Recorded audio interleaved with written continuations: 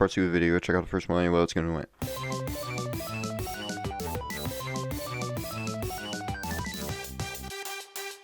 What is the point? You put shaving cream onto a stovetop and run a razor through it? This might help, but let me show you. They even show you a better way of doing this. After they do that, they take the sponge or the rag out and they clean the rest of this with the rag. Because the rag is just a more effective way of getting the same thing done, but way more efficiently. So this is one of their weird videos where I watch it and I can see why people would be like, what's the point of doing this? But this is a crafts channel, and this is where I kind of actually start to find it very entertaining to watch what they do, because they're taking an idea like, oh look, this silly toy that you just pulled this stuff out of. How could I make one myself that's potentially more interesting looking? And they actually grab some stuff you could find in your house. You know, it's not too difficult to get your hands on some bubble wrap. You know, you might have some Elmer's glue, some different color stuff. You fill up the bubble wrap with it, and then you decorate it. That's like an actual craft. This is what the channel is best at, is making like actual crafts like this, because even though there's no point in doing it, and like it's weird or whatever, it's at least interesting and entertaining to see somebody come up with the ideas, right? This is what I like about this channel, is seeing these very weird and unconventional crafts come up.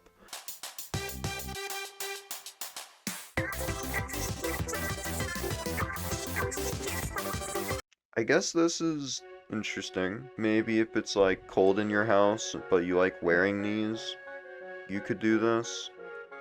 I'm trying to find things that are like, okay, that's not awful.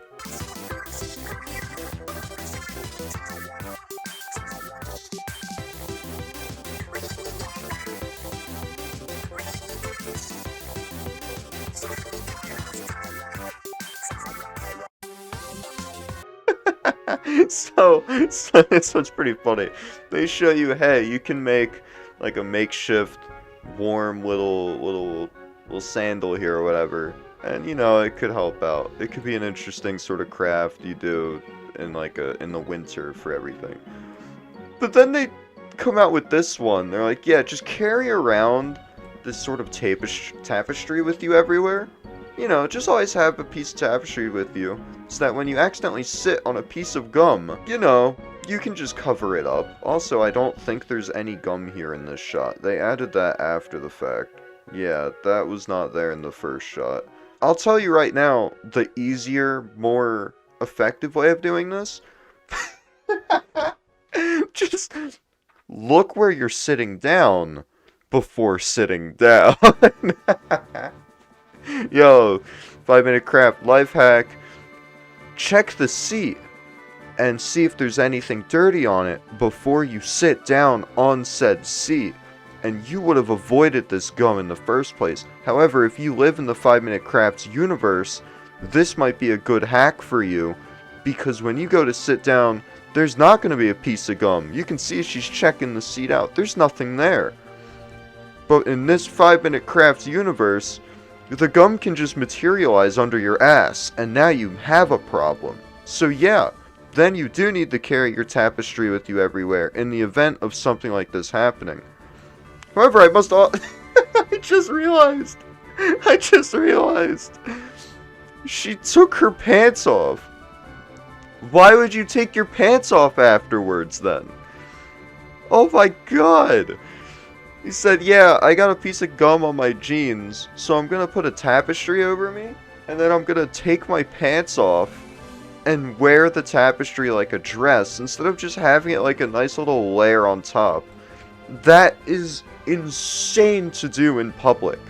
This is... wow.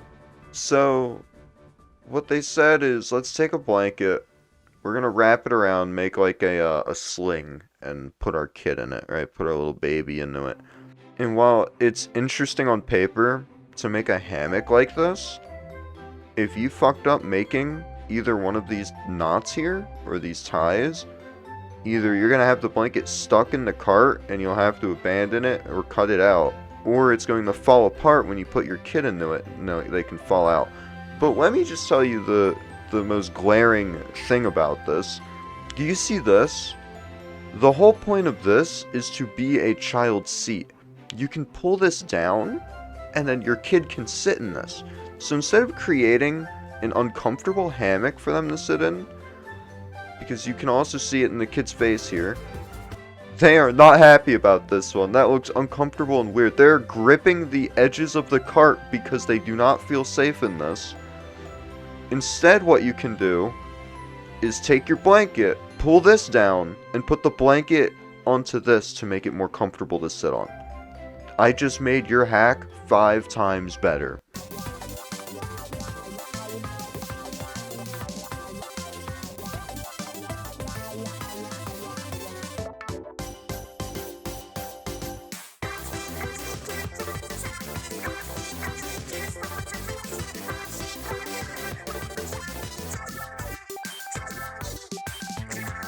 So, assembly foam, I don't think people just have that lying around. That's something you have to go out of your way for.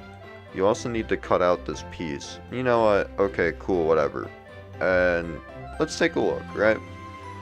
So they say, put on the assembly foam. Wait 2 hours! 5-minute crafts! It's supposed to take 5 minutes for your craft. This is 2 hours! You wait 2 hours for that to settle. For what? To get SpongeBob on the bottom of your shoe? So you can get an old SpongeBob on your shoe? And look at the final product. This looks awful. At least paint this first. Paint it red or something. Make it interesting. What you end up with are just these awful looking heels. This is a terrible hack. This is a terrible craft.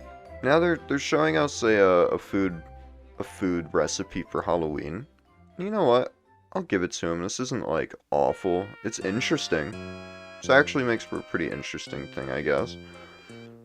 It's not 5 minutes long, but well, this is a cooking recipe. Let's give them up, right? It's okay to be more than 5 minutes. So we're saying we're making, like, essentially a meatloaf wrapped in bacon, I guess.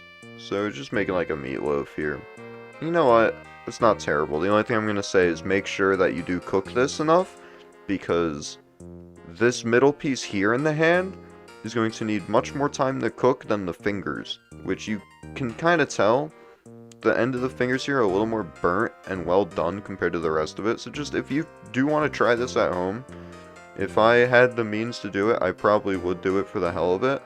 Make sure you cook this part all the way through. What is the point of this one? A nail straightener? It's just holding on to the nail. This one seems kind of weird.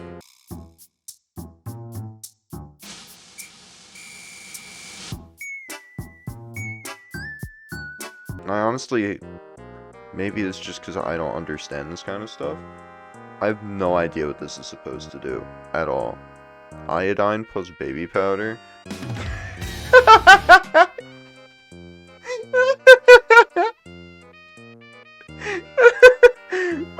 So, this first one is like, okay, you're just showing us how to vacuum seal and get a big plushie into a briefcase, or a suitcase, I mean. This is hilarious. Let's watch this together right now.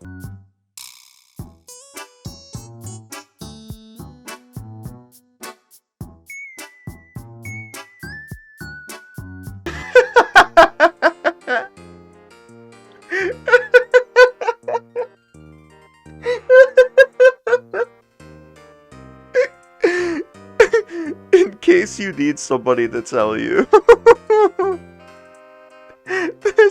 This will not work.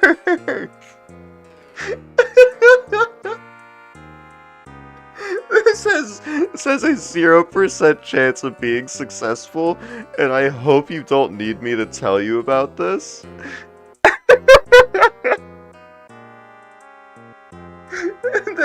They try to play it off like it's a real thing. Let me tell you what's going on. They attach a phone to this. They yeeted this whole contraption They threw it.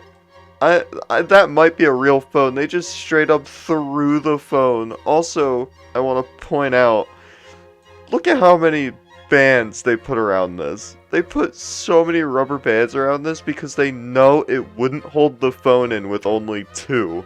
So he throws it, and you get this drone shot. A boomerang doesn't move like this.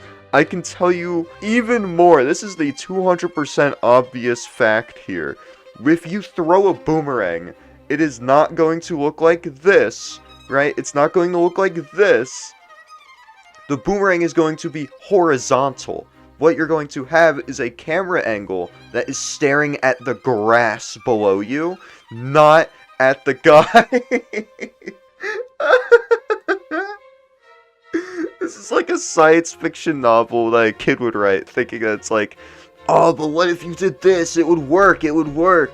And they even have the audacity to put a watermark. This activity is performed by actors in a controlled environment. Please use caution if you plan to replicate. AKA, if you try to replicate this and you throw this boomerang, quote-unquote boomerang contraption, and you break your phone, it is not our fault because we are actors. We are professional actors doing this in a controlled way. Therefore, not our fault if you break your phone trying to replicate. That's the end of part 2. If you didn't see the first one, feel free to go check that out. Other than that, stay tuned for more. Subscribe, like the video, blah blah blah, bye bye.